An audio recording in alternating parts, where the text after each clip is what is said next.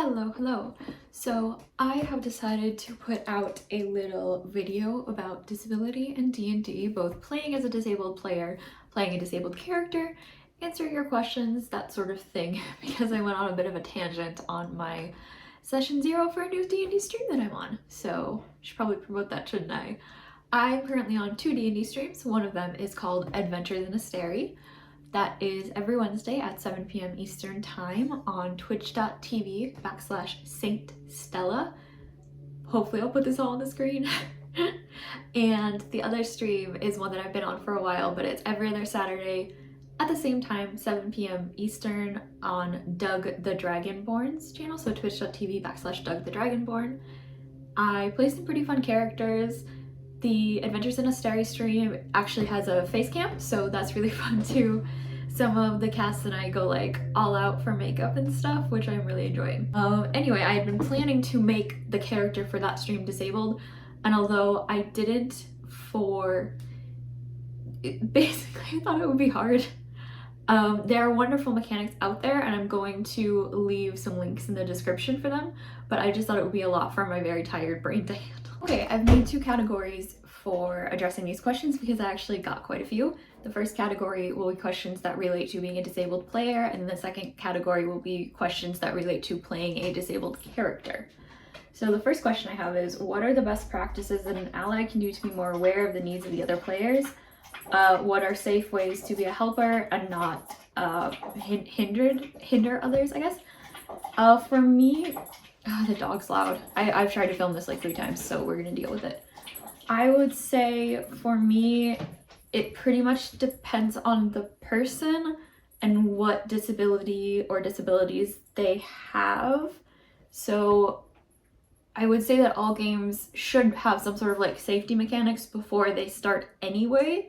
So when and there's so many like forums online that have a lot of common suggestions of what to talk about, I would just add in there like if you have any accommodations that you would like to discuss with the DM or players, just put them here and then they can help you with that. I guess some common ones would be maybe for me, I wouldn't want to be jump scared by any loud sound because that would cause a panic reaction.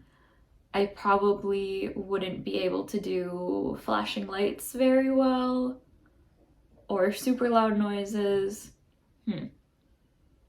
I think another one that's really helpful for me is I usually multitask when I do D&D, and I think the Azrai addresses this in his video, which is playing D&D as someone with ADHD, which I'll link here. But I find it a lot easier, and I was a little worried about doing that on camera, but I realized if I don't do something else when I'm playing D&D, even if it's just coloring, I start zoning out. It's really hard for me to focus, my eyes won't focus, that sort of thing. So I think just understanding that players might not do what you expect them to do during a session, and that's okay. Not necessarily the like no phones, no eating, no moving sort of thing, because people gotta move, you know? But again, it depends on the players. The second question says, with your ADHD, does it help or hurt when the DM calls on you specifically for a response? I think there might have been a miscommunication here. I do not have ADHD, I do have autism. So for me personally, I don't usually need to be called on for any sort of response because I'm so willing to talk. But again, this is something that would depend on the person. I could see if you have pretty bad anxiety, that being directly called out could be a helpful thing, as in encouraging you to speak. It could also be a hurtful, as in the spotlight is shining on you. Really, most of these questions are just going to be ask your players, because I'm obviously not the be-all end-all. But I guess a lot of people don't even think of that. So just think of a D&D table like a work or class. So you would have accommodations for that, so you can have accommodations for your game. As a GM, what are the ways I can make my homebrewed world better representing people with disabilities? Just have them. Just have them and not have the disability be the focus. This kind of ties into the tropes that are aggravating in fantasy media relating to disability, which is basically something I see online in the TTRPG community a lot, which is that they want to preserve accuracy And so having a character in a wheelchair is somehow inaccurate, which makes no sense at all. Because, and this might be shocking, but disabled people did exist and lived. And also, you're playing in a fantasy world where there are like dragons and shit. I think you can handle having someone walk with a fucking cane. That really aggravates me, and it does for a lot of other people as well, and I know that. But yeah, when you're playing a disabled character, PC, NPC, whatever, just know that all of us are people with our own hopes and dreams and likes and dislikes. Like, I don't spend every day thinking, oh my gosh, I am disabled person, you know? I got really upset because of that obituary that was going around Twitter. That was the special sister. So this guy's sister died, and I'm very sorry for that. But he wrote an obituary about her that basically, you know, infantilized her and made it sound like she was so pure. She had no wants. She only spoke 3 words. It was a lot. But that's basically what not to do for your character. This woman was more than someone who had cerebral palsy. I am more than someone with 8 diagnoses, and it's the same for characters. It's really easy. You can just say it, like, okay, you're at a bar or an inn or whatever, and the barmaid rolls over to you in her wheelchair and asks what she can get you. That's all you have to do. It doesn't have to be a huge deal. It's fine. Like, I think people get really hooked on the idea of like doing it perfectly, and then they try to go into like these really elaborate reasons for having disabled people, but you can just have disabled people in your world. It's cool. And they don't even have to be visibly disabled either. I remember watching Dimension 20 in the Fantasy High, and one of the characters has an anxiety disorder, so she would have panic attacks. And they had some mechanics for that, but it wasn't all that she was. She was really smart and really cool and could do magic and stuff, and she was more than just, oh, she has panic attacks, you know? That's all you have to do. I guess that also ties into the ways that disability rep can be improved within the D&D community. I personally would love to see more disabled people on actual play streams or podcasts, because yeah, I can't actually think of any besides myself. There's gotta be at least one. I know there's gotta be at least one. I think that sort of covers being a disabled player, so now we're gonna go more into the playing a character with a disability. So let's see. A lot of these are about mechanics, and I personally have not made any mechanics for characters with disabilities. Luckily, I know people who have.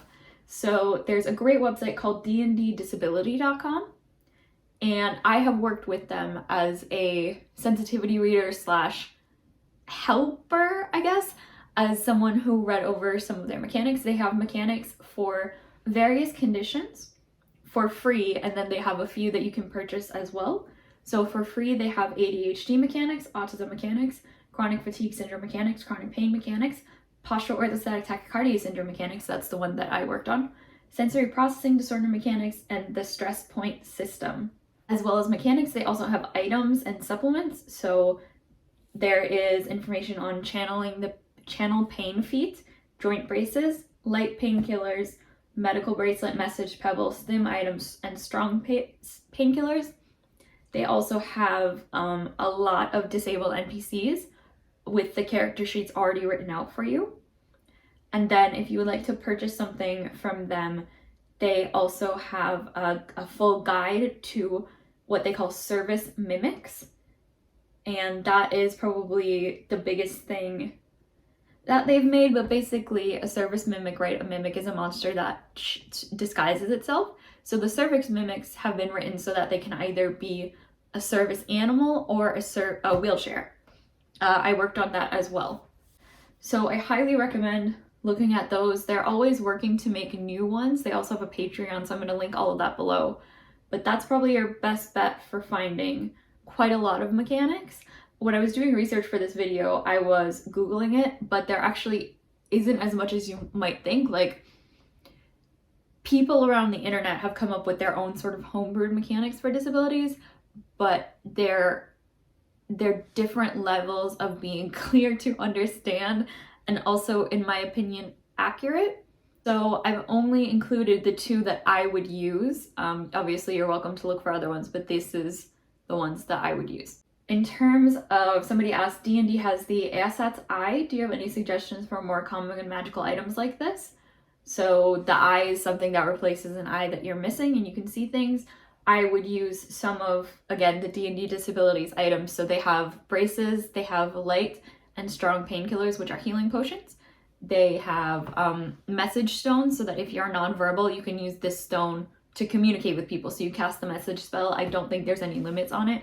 Just little things like that can be really useful. They also have community content on their website, which is the Oath of Accessibility, which is a charity partnership with the Bristol, UK Children's Hospital. So it's a Paladin Oath of Accessibility, so a specific subclass, as well as the NPC, and you can donate to the Children's Hospital, which I think is really cool. In terms of items, like I said, I don't know if I'm the best person to be answering all this because I'm not someone who creates items or things like that or mechanics. That's why I like using these, because they're really easy to understand. The last couple questions were about wheelchairs. So wheelchair mechanics, wheelchair art, things like that, and service animals. Luckily, the most comprehensive thing I've ever found is by Mustang's Art, aka Sarah.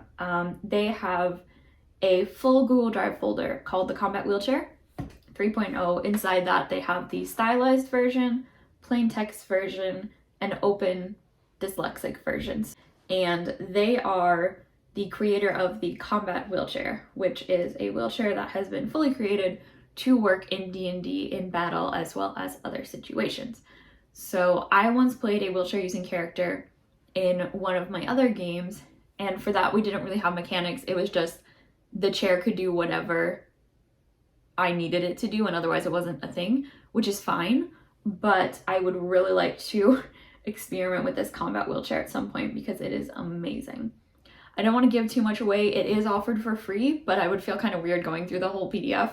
But just to give you an idea, they give you a basic chair as well as any sort of upgrades that you can have with it.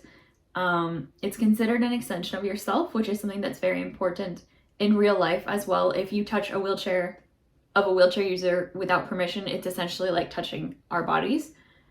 That's a big thing I think people don't really get. Then there are lots of upgrades, features, so much art. Somebody asked what my favorite like art of fantasy wheelchairs is. It's everything in here. I don't think I can like link the pictures, but if you go into the PDF, you'll see.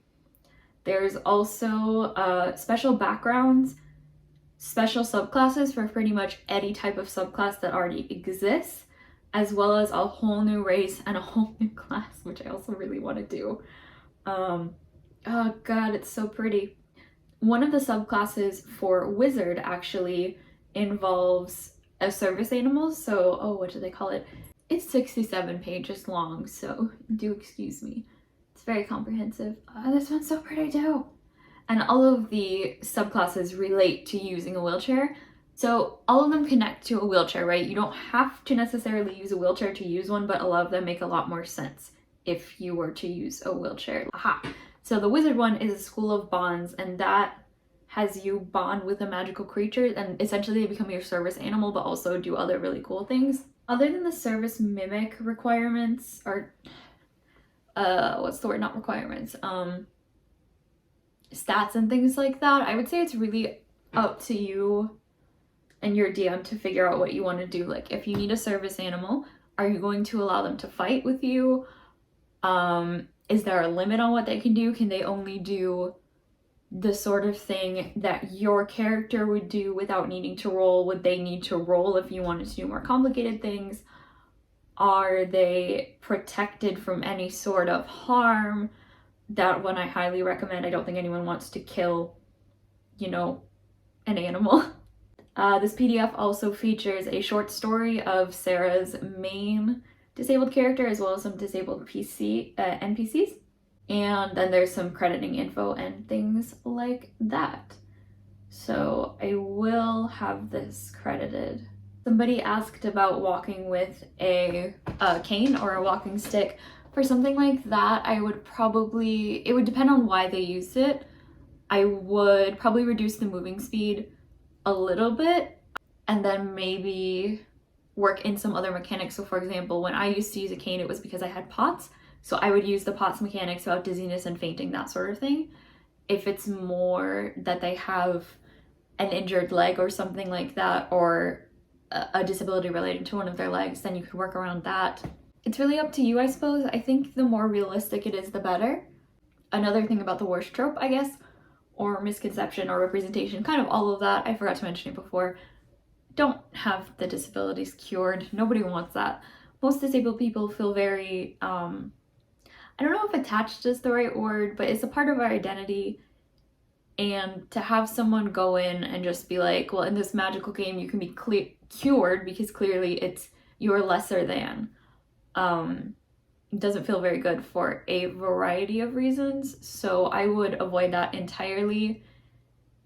It's not the same as your character being cursed and they need to go break that curse. You know, if your character is born using a wheelchair, that's what they know.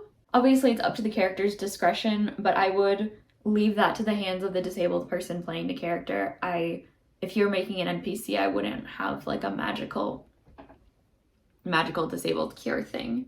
Oh, accessories someone could add to their wheelchair that won't inhibit its function, that is all also in the combat wheelchair PDF. It has a lot of suggestions for upgrades and how that would work properly without sort of damaging any of the functionality or whatever. Okay, common misconceptions about disability and disabled people. I think the main thing about that is I don't think anyone thinks disabled people would want to be in these sort of things. Like, it kind of goes back to the whole disabled people are people thing, but it's really easy for able-bodied people to not think about disabled people outside of disability. So like, I like to game, other people like to game, but because we're not thought about, nobody's gonna think, oh hey, maybe I should ask that disabled person to play in my game too when I'm asking all of my other friends. Like, there's no reason you can't, I guess. Other than that, I would just say my overall recommendations. Talk to your players if you have disabled players. If you are creating a world, make sure it has disabled characters in it and make them well-rounded, or use some of the NPCs from the things that I have referenced here. And when you're making a disabled character, a player character, it is up to you and the DM to a lesser extent, but mostly you, about how much mechanics you want to use. If you want to actually look into having all the symptoms and stuff, or if you want it to be less formulaic and just be something you kind of mention from time to time. But I hope this answered some of your questions. If you have any more questions about playing D&D as disabled or as a disabled character, or what I personally do, I would love to hear about it, so please let me know, and I hope that I see you in some of my D&D streams. And I will see you next time.